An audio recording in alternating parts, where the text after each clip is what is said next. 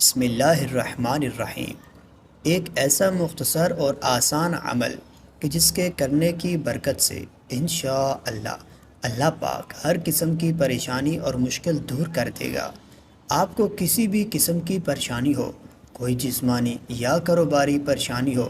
آپ کے اولاد کے رشتے نہ ہونے کی پریشانی، ملازمت یا کاروبار میں آپ کو نقصان ہو رہا ہو، ملازمت آپ کو نہ مل رہی ہو، امتحانات میں آپ کو کسی مشکل کا سامنا ہو، کسی بھی قسم کی پریشانی میں آپ مبتلا ہوں، تو یہ روحانی وظیفہ جو آج کی اس ویڈیو میں آپ کو بتایا جا رہا ہے، اس کی برکت سے اللہ پاک آپ کی غیبی مدد فرمائے گا اور آپ کو راحت و چین سکون والی زندگی عطا فرمائے گا۔ ویسے تو مشکلات سے نجات اور پریشانیوں کے حل کے لیے بہت سے وظائف ہیں، لیکن آج ہم آپ کو ایک ایسا آسان ترین عمل بتائیں گے کہ جو قرآن پاک کے پارہ نمبر 30 کی سورہ نصر کے حوالے سے بیان کیا جاتا ہے۔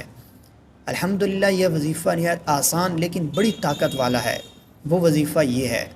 روزانہ ہر نماز کے بعد اول آخر 11 مرتبہ درود ابراہیمی جو نماز میں پڑھا جانے والا درود شریف ہے وہ پڑھنا ہے۔ اس کے بعد آپ نے 7 مرتبہ یہ سورہ مبارکہ اور آخر میں پھر 11 مرتبہ